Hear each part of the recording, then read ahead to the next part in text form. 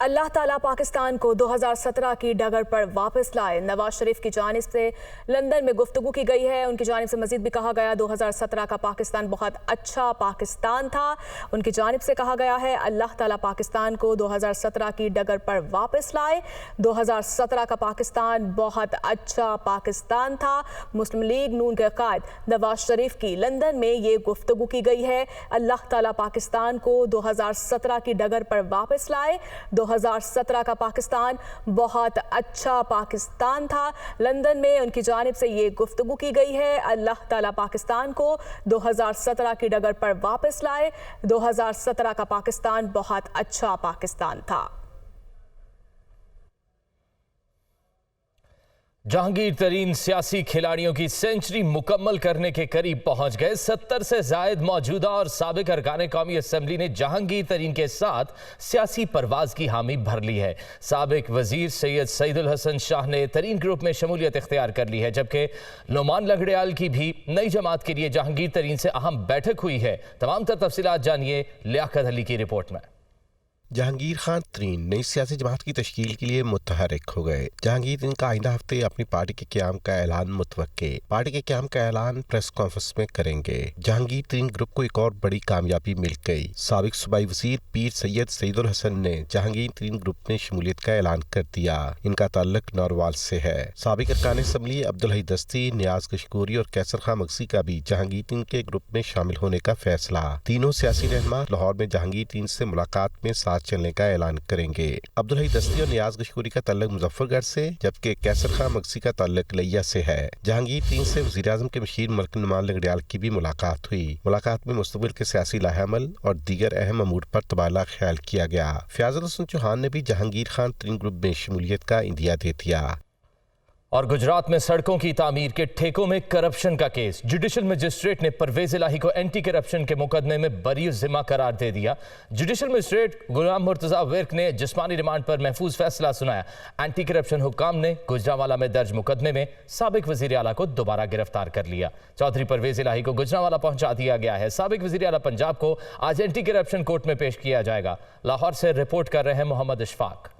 گجرات میں سڑکوں کی تعمیر کے ٹھیکوں میں کرپشن اور اختیارات کا ناجائز استعمال۔ جسمانی ریمانڈ کے لیے اینٹی کرپشن حکام نے چودھری پرویز الہی کو ضلع کچہری کے judicial magistrate Ghulam Murtaza work کے روبرو پیش کیا۔ اینٹی کرپشن کے وکیل نے پرویز الہی کے 14 روزہ جسمانی ریمانڈ کی استدعا کی اور بتایا کہ چودھری پرویز الہی نے سرکاری خزانے سے بوگس ادائیگیاں کی۔ پرویز الہی کے وکیل نے جسمانی ریمانڈ کی مخالفت کرتے ہوئے کہا کہ سیاسی بنیادوں پر گرفتار کیا گیا۔ دوران سماعت پرویز الہی نے کہا کہ تمام کام قانون کے مطابق ہوا ہے، اس مقدمے سے کوئی لینا دینا نہیں۔ عدالت نے فریقین کے دلائل مکمل ہونے پر محفوظ فیصلہ سنایا۔ Judicial magistrate Ghulam Murtaza work نے 5 صفحات پر مشتمل تفصیلی فیصلے میں کہا کہ کسی بھی ٹھوس شواہد کے بغیر ملزم پر زبانی الزام لگائے گئے۔ پروسیکیوشن ایک طرف کہہ رہی ہے بوگس انٹری کر کے رقم نکالی گئی، جبکہ محکمے سے کسی کو گرفتار بھی نہیں کیا گیا۔ تفتیشی نے عدالت کو اس بات سے آگاہ کیا ہے کہ اس کیس میں جو ایکسین نامزد ہے وہ ملک چھوڑ کر بھاگ گیا ہے، بجائے اس کے کہ کانٹریکٹر کو گرفتار کیا جائے۔ پروسیکیوشن ایکسین کو گرفتار کر رہی ہے، جس نے صرف فنڈ جاری کیے۔ ڈپارٹمنٹ کے خلاف کوئی بھی ایکشن نہیں لیا گیا۔ اینٹی کرپشن کی جانب سے کوئی بھی ثبوت یا ٹھوس شواہد عدالت میں پیش نہ کرنے پر چودھری پرویز الہی کو مقدمے سے بری کیا جاتا ہے۔ اینٹی کرپشن حکام کا جوڈیشل مجسٹریٹ کے فیصلے کو چیلنج کرنے کا فیصلہ، پرویز الہی کو گجرانوالہ کے مقدمے میں گرفتار کر لیا گیا۔ سابق وزیر اعلیٰ پنجاب عثمان بوسدار نے سیاست کو خدا حافظ کہہ دیا۔ کوئٹہ میں پریس کانفرنس کرتے ہوئے کہا 9 مئی کے واقعات کی مذمت کرتا ہوں، ہم پاک افواج کے ساتھ کھڑے ہیں۔ مزید کہا کہ میں سیاست سے اپنی دستبرداری کا فیصلہ کرتا ہوں، 14 ماہ سے کیسز کا سامنا کر رہا ہوں، بے گناہ لوگوں کو ریلیف دیا جائے اور رہا کیا جائے۔ ہمیشہ شرافت کی سیاست کی ہے اور اس کو فروغ دی ہے، اور آج کل کی جو سیاسی صورتحال جو آپ لوگوں کے سامنے ہے، اس کے پیش نظر میں سر دست سیاست سے اپنی دستبرداری کا فیصلہ کرتا ہوں۔ میں نے 3 سال 7 مہینے صوبہ پنجاب کے عوام کی خدمت کی ہے اور ہمیشہ شرافت کی سیاست کو میں نے فروغ دی ہے۔ تقریباً 14 مہینے ہو گئے ہیں میں اپنے کیسز فیس کر رہا ہوں مختلف عدالتوں کے اندر۔ تو وہیں سینیٹر ولید اقبال نے کہا 9 مئی کے واقعات کی پرزور مذمت کرتا ہوں، شہداء کی یادگاروں کی بے حرمتی کی گئی، جو بھی جلاؤ گھیراؤ لوٹ مار میں ملوث ان کے خلاف کارروائی ہونی چاہیے۔ مزید کہا کہ مضبوط فوج آئینی جمہوریت کا لازمی حصہ ہے۔ افواج پاکستان کی خدمات قابل تحسین ہیں۔ وہ اسلام آباد میں میڈیا سے گفتگو کر رہے تھے۔ جو بھی 9 مئی کے واقعات ہیں جن میں آگ لگانے کے، آرسن کے، جو توڑ پھوڑ کے، جو لوٹ مار کے، اور جو کہ خاص طور پہ جو شہداء کے احترام میں جو یادگاریں بنائی گئی ہیں، ان کی جو بے ادبی کی گئی، ان کو جس طرح سے نظر آتش کیا گیا، ان کی جس طرح سے توڑ پھوڑ کی گئی، اس کی پرزور مذمت میں کرتا ہوں۔ اور ایک مضبوط فوج، ایک ایسی فوج جو عوام جس کے ساتھ اس طرح سے کھڑی ہو، اور ایک قابل احترام فوج ایک آئینی جمہوریت کا ایک کلی حصہ ہے، ایک انٹیگرل پارٹ ہے۔ ملتان سے سابق ایم پی اے ملک واصف مظہر راہ نے سیاست سے کنارہ کشی کا اعلان کر دیا ہے۔ ملتان میں پریس کانفرنس کرتے ہوئے انہوں نے کہا کہ 9 مئی کے واقعات کی بھرپور مذمت کرتا ہوں، فی الحال سیاست سے بریک لے رہا ہوں۔ 9 مئی کا واقعہ جو میں سمجھتا ہوں کہ پاکستان تاریخ میں ایک تاریخ واقعہ ہے۔ اس دن جس طرح ہماری قومی تنصیبات اور فوجی تنصیبات پر کچھ شر پسند عناصر نے حملہ کیا، اس واقعہ کی پرزور مذمت کرتا ہوں، اور میں چاہتا ہوں کہ ان شر پسند عناصر کو ان کو قرار واقعی سزا ملنی چاہیے۔ آج پاکستان میں سیاست جس نہج پر پہنچ گئی ہے، میں نہیں سمجھتا کہ میں وقتی طور پر اس کے ساتھ چل سکتا ہوں، اور میں آج آپ سب دوستوں کے سامنے یہ کہنا چاہتا ہوں کہ میں فی الحال پنجاب کی سیاست سے بریک لے رہا ہوں۔ ڈی آئی خان سے پی ٹی آئی کے سابق ممبر قومی اسمبلی شیخ یعقوب بھی پارٹی عہدوں سے مستعفی ہو گئے۔ شیخ یعقوب کی 9 مئی کے واقعات کی مذمت، کہتے ہیں کہ 9 مئی کے واقعات میں ملوث افراد کو قرار واقعی سزا ملنی چاہیے، پاک فوج ہماری ریڈ لائن ہے۔ میں محمد یعقوب شیخ، سابق ایم این اے پاکستان تحریک انصاف ڈیرہ اسماعیل خان، میں جو 9 مئی کے واقعات ہوئے ہیں جن میں ہمارے سرکاری املاک کو، یادگاروں کو، فوجی تنصیبات پر جو حملے کیے گئے، ان کی میں پرزور مذمت کرتا ہوں۔ اس میں جو لوگ انوالو ہیں ان کو قرار واقعی سزا ملنی چاہیے۔ میں اس وقت یہ بھی اعلان کرنا چاہتا ہوں کہ پارٹی کے جو عہدے میرے پاس تھے ان سے میں مستعفی ہونے کا اعلان کرتا ہوں۔ امیر جماعت اسلامی سراج الحق کا کہنا ہے کہ پاکستان کی سب سے بڑی دشمن کرپشن ہے۔ کرپشن نا انصافی کی وجہ سے ملک کے حالات ٹھیک نہیں۔ اسلام آباد میں تقریب سے خطاب میں سراج الحق نے کہا کہ حکمرانوں نے توشخانہ تک کو نہیں چھوڑا۔ اس تباہی و بربادی کا جواب کون دے گا؟ مسائل کا حل قرض نہیں، اپنے وسائل میں اضافہ کرنا ہوگا۔ آپ کے اس ملک کا سب سے بڑا دشمن وہ کرپشن ہے، اس لیے کہ کرپشن جس ملک میں ہو وہ ترقی نہیں کر سکتا۔ آپ کی اس ملک میں روزانہ 7 ارب سے زیادہ کرپشن ہے۔ آپ کے حکمران ہیں جنہوں نے توشخانے تک نہیں چھوڑا۔ آخر اس تباہی اور بربادی کا جواب کس نے دینا ہے؟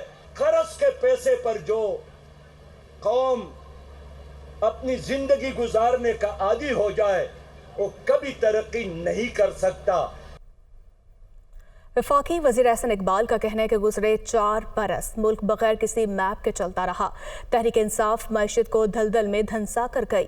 موجودہ حکومت نے پاکستان کو مشکل حالات سے نکال دیا ہے۔ وہ اسلام آباد میں گفتگو کرتے ہوئے انہوں نے کہا کہ آئندہ مالی سال GDP کا گروتھ ریٹ 3.5 مقرر کیا گیا ہے۔ احسن اقبال نے ملک کی ترقی کے لیے برآمدات بڑھانے پر زور دیا۔ روڈ میپ کے مطابق چلیں، بجائے یہ کہ ہم رڈر لیس ترقی کریں جیسے کہ پچھلے 4 سالوں میں کی گئی ہے۔ پاکستان الحمدللہ رفتہ رفتہ سٹیبلائزیشن کی طرف جا رہا ہے۔ APCC کے اندر جو ہم نے اگلے سال کے اہداف مقرر کیے ہیں اس میں GDP گروتھ کے لیے 3.5% گروتھ کا ٹارگٹ رکھا ہے۔ ہم کوشش کر رہے ہیں کہ پاکستان کی اکانومی اس بحران سے نکلے اور اب پاکستان میں بحالی کا عمل جو ہے اس کو تیز کیا جائے۔ جو آج ترقیاتی ہمارا بجٹ ہے اس کا ہمارا فریم ورک 5 ایز پہ مشتمل ہے، جس میں سب سے پہلی ای ایکسپورٹس ہیں۔ ہم کوشش کر رہے ہیں کہ پاکستان کو اس کی ایکسپورٹ صلاحیت بڑھانے کے لیے مختلف شعبوں میں سپورٹ کیا جائے۔ 9 مئی کے واقعات میں ملوث شرپسندوں کے گرد گھیرا مزید تنگ۔ جناح ہاؤس اور دیگر سرکاری املاک کو نقصان پہنچانے والے 2290 ملزمان کی شناخت کر لی گئی۔ پولیس نے 29% ملزمان کو گرفتار کر لیا۔ مدثر حسین کی رپورٹ۔ 9 مئی کے واقعات میں ملوث شرپسندوں کے گرد گھیرا مزید تنگ۔ لاہور سمیت پنجاب بھر میں فوجی تنصیبات پر حملے کرنے والے 2290 شرپسندوں کی شناخت ہو گئی۔ باقی ماندہ 1830 شرپسند عناصر کی شناخت کا عمل جاری ہے۔ پولیس نے شناخت ہونے والوں میں سے 1180 شرپسندوں کو گرفتار کر لیا۔ اعداد و شمار کے مطابق جناح ہاؤس پر حملہ اور جلاؤ گھیراؤ کرنے والے 1800 میں سے 1125 شرپسندوں کی شناخت ہوئی ہے۔ جناح ہاؤس پر حملے میں ملوث 513 شرپسندوں کو گرفتار کر لیا گیا ہے۔ عسکری ٹاور پر حملہ کرنے والے 1000 شرپسندوں میں سے 121 کی شناخت ہو گئی۔ پولیس اب تک 81 شرپسندوں کو گرفتار کر چکی ہے۔ پنجاب بھر سے اب تک 29% گرفتاریاں عمل میں لائی جا چکی ہیں۔ تمام شرپسند عناصر کی شناخت نادرہ اور جدید ٹیکنالوجی کی مدد سے کی جا رہی ہے۔ لاہور ہائی کورٹ میں اسموک سے تدارک سے متعلق کیس کی سماعت۔ فصلوں کی باقیات چلانے پر مقرر کردہ جرمانہ نہ لینے پر ڈی سی شیخوپورہ کو طلب کر لیا۔ ٹریفک قوانین کی خلاف ورزی پر جسٹس شاہد کریم نے کہا کہ خلاف ورزی کرنے والوں کو جرمانہ کریں اور فوری مقدمہ درج کرنے چاہیے۔ محمد اشفاق کی رپورٹ۔ ہائی کورٹ میں اسموک کے تدارک سے متعلق کیس۔ جسٹس شاہد کریم نے کیس پر سماعت کی۔ وفاق کی جانب سے ڈپٹی اٹارنی جنرل اسد علی باجوہ اور پنجاب حکومت کی خاتون لا آفیسر پیش ہوئیں۔ دوران سماعت ماحولیاتی کمیشن نے عدالتی احکامات پر عمل درآمد کی رپورٹ پیش کی۔ ماحولیاتی کمیشن کے ممبر نے عدالت کو آگاہ کیا کہ فصلوں کی باقیات جلانے پر 2 لاکھ کے بجائے صرف 50,000 جرمانہ کیا جا رہا ہے۔ عدالت نے آئندہ سماعت پر ڈپٹی کمشنر شیخوپورہ سے رپورٹ طلب کر لی۔ ممبر ماحولیاتی کمیشن نے کہا کہ ٹریفک قوانین کی خلاف ورزی کرنے والوں کو بھاری جرمانہ نہیں کیا جا رہا۔ لوگ ٹریفک قوانین کی خلاف ورزی بھی کرتے ہیں اور ٹریفک پولیس سے جھگڑتے بھی ہیں۔ جسٹس شاہد کریم کا ٹریفک پولیس سے جھگڑنے والوں کے خلاف قانونی کارروائی نہ کرنے پر برہمی کا اظہار۔ ٹریفک پولیس سے جھگڑا کرنے والوں کے خلاف فوری مقدمات درج کرنے کا حکم۔ بدتمیزی کرنے والوں کو پورا جرمانہ کرنے کی ہدایت۔ جسٹس شاہد کریم نے ریمارکس دیے کہ سینئر افسر اتنے کمزور ہیں کہ اب لوگ دلیر ہو کر پولیس والوں سے جھگڑتے ہیں۔ بدتمیزی کرنے والوں سے نرمی نہ برتی جائے، چاہے وہ میرا بیٹا ہی کیوں نہ ہو۔ ممبر ماحولیاتی کمیشن نے عدالت کو بتایا کہ سرکاری اسکولوں میں 56,000 درخت لگانے کا منصوبہ ہے۔ شہر کے 7,000 نجی تعلیمی اداروں میں شجر کاری کا پلان ہے۔ عدالت نے تمام تعلیمی اداروں کی گراؤنڈز میں تعمیرات پر پابندی عائد کر دی۔ عدالت نے کیس کی مزید سماعت 9 جون تک ملتوی کر دی۔ اور اب آپ کو بتائیں کہ اسلام آباد کی راول جھیل میں شکاریوں نے مچھلیاں پکڑنے کے لیے کیمیکل ملا دیا، جس سے ہزاروں مچھلیاں مر گئیں، جبکہ دیگر آبی حیات کو بھی شدید نقصان پہنچا ہے۔ پولیس نے 2 ملزمان کو گرفتار کر لیا ہے۔ اسی پر رپورٹ دیکھیے۔ راول جھیل میں مچھلیوں کے شکاریوں کا خطرناک اور ظالمانہ اقدام۔ چند مچھلیاں پکڑنے کی خاطر پوری جھیل میں زہر ملا دیا۔ سارا پانی زہر آلود ہونے سے ہزاروں مچھلیاں اور دیگر آبی حیات مر گئی۔ تھانہ سیکریٹریٹ پولیس نے ڈیم میں زہریلا مواد ملانے والے 2 ملزمان گرفتار کر لیے۔ ملزمان کے خلاف محکمہ فشریز کی مدعیت میں مقدمہ درج کر لیا گیا۔ مزید تحقیقات کے لیے آبی حیات کے نمونے لیبارٹری ارسال کر دیے گئے۔ دوسری جانب پشاور میں فنڈز کی عدم ادائیگی کے باعث BRT سروس بند ہونے کے خدشات ہیں۔ کمپنیز نے نگران وزیر اعلیٰ کو مراسلہ ارسال کر دیا ہے۔ اس پر دیکھتے ہیں عامر جمیل کی report. Peshawar BRT bus service کے ذمہ بقایا جات کی عدم ادائیگی پر کمپنیوں نے سروس بند ہونے کا خدشہ ظاہر کر دیا۔ کمپنیوں کی جانب سے نگراں وزیر اعلیٰ محمد اعظم خان کو مراسلہ ارسال کر دیا۔ مراسلے میں کہا گیا کہ BRT بس سروس چلانے والی نجی ٹرانسپورٹ کمپنی کے 754 ملین روپے کے بقایا جات واجب الادا ہیں۔ فروری، مارچ، اپریل اور مئی کی ادائیگی تاحال نہیں کی گئی۔ واجب الادا رقم کی عدم ادائیگی سے کمپنی شدید مالی بحران سے دوچار ہے۔ پہلے لوگوں نے بسیں بند کر دی تھی، وہ کر دی ہیں، ٹرانسپورٹ کم ہو چکی ہوئی ہے۔ اگر BRT بند ہو جائے گی تو پشاور کی عوام خوار ہو جائے گی۔ یہ عام آدمی کے ساتھ اس کا تعلق ہے، کیونکہ ہر جو غریب آدمی ہے اس کو ہم ایک طریقے سے ایک عزت کے ساتھ وہ ایک جگہ سے دوسری جگہ جا سکتا ہے اور بڑے کم پیسوں میں جاتا ہے۔